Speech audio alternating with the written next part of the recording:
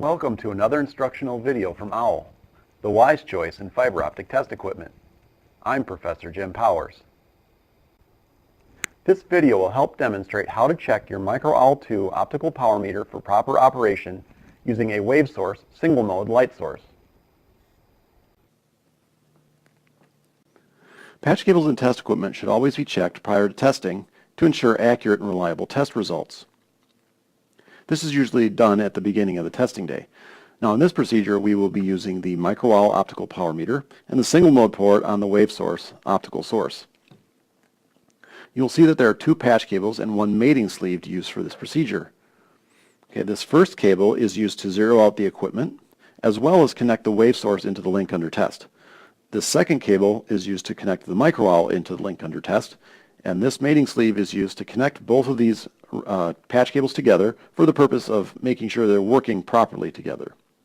Now one thing you want to make sure of as far as when you're selecting patch cables is to make sure that the connector types are correct.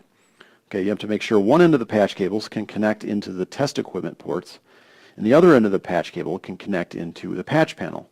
Now, many times these don't match. In fact, if you have SC on your light source and an LC in your patch panel, you would have to have an SC to LC patch cable on both ends, actually. In this case, though, we're just going to assume that all the connector types are SC, including the patch panel. So, the first step is to power on both testers. So we press the on button on the micro-OWL and the power button on the WaveSource. Now the WaveSource powers onto the multi-mode port by default, so we need to switch over to the single mode port by pressing the port button. You'll notice that the WaveSource then is set to 1310 nanometers, which is one of the single mode wavelengths. On the micro-OWL, we'll see that we have an operating mode screen, which has a couple options here, Simple Meter and Certify Link. For this procedure, we're just going to use Simple Meter for basic checking. So since Simple Meter is already highlighted, we press F2 to select. Okay, on the screen we see that that we have the word under here. The word under means that no amount of light is entering the photodetector to be able to be measured. This is because there's a dust cap on. If we remove the dust cap, we'll see that we get a reading on the screen, which is fairly low. But what's happening is ambient room light is entering the detector here. There's no there's no patch cable plugged in, there's no dust cap on. So it's measuring whatever's coming in from the ceiling lights here. So just don't be alarmed when you see a reading like this. This is normal. Alright, the first step is to connect the reference cable into the testers. So we take our reference cable, we plug one end into the single mode port on the WaveSource, and the other end into the detector port on the micro-OWL. Now at this point I would actually like to demonstrate an interesting feature of the micro-OWL and the WaveSource, and that's called auto mode. What auto mode allows the testers to do is to test both wavelengths simultaneously, in this case 1310 and 1550. Okay, to demonstrate, simply set the auto mode on the micro-OWL by pressing the 1 key, or A for auto. You'll see it says auto on. And now we see that the wavelength indicator is alternating between a wavelength and the word auto. What this means is that the micro-OWL is scanning for incoming auto signals, but it has not gotten one yet.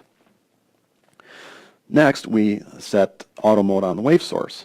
To do this, we simply press and hold the auto button until we see the indicator LED begin flashing, and then we remove our finger.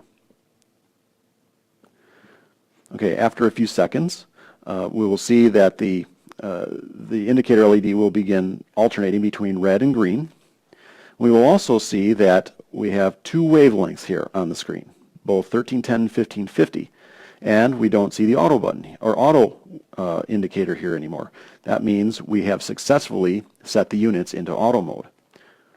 Okay, now what we're looking for here as far as power levels, and that's these numbers here, we're looking for a value of around -10 dBm. Okay, that's where the WaveSource is calibrated at. Okay, we're a little lower than that, -10.6, -10.3, but this is acceptable. In fact, we could be a little higher or a little lower. In this case, a little lower. But again, this is acceptable. And what we really want to do is not fall below -11. If we do, that usually indicates there's something else wrong with the cable and it should be replaced. Now, to check this second cable, it is easier to temporarily zero out the equipment. To do this, we can simply press the F2 button. Notice it says 0 here, or we can press the 0 key. It'll say set 1310 and 1550 nanometer reference. So this means we can zero out both wavelengths simultaneously. We press F1 to confirm.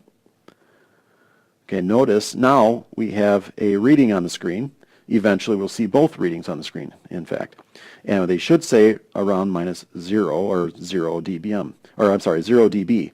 What we've done is prove that we have zeroed our equipment. Okay, now we know that this reference cable is okay, so we got to check this cable out.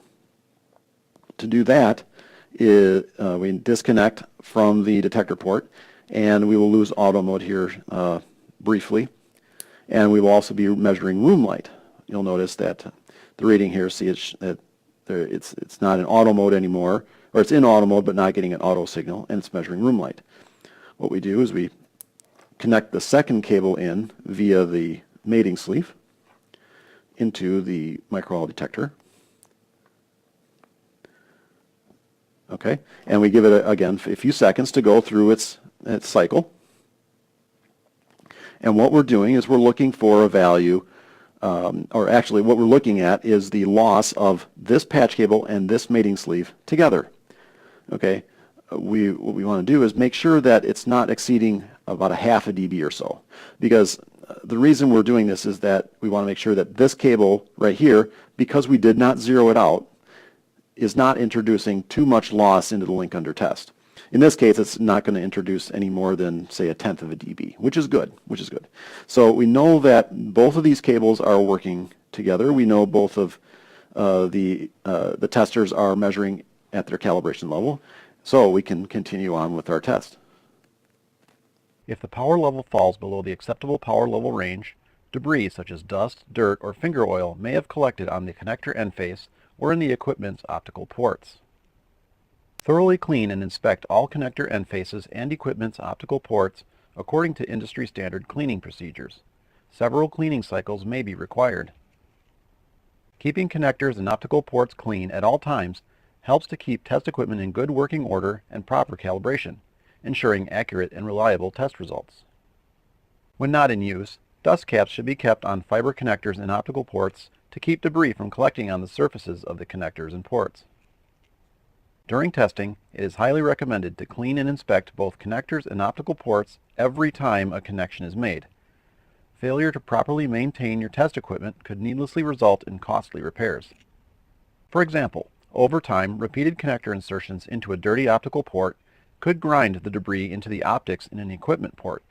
This type of damage is permanent and cannot be repaired in the field.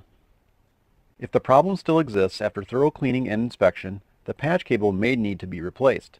Patch cables are typically rated for a few hundred connector insertions, but can prematurely wear out or become damaged if they are not properly handled and maintained.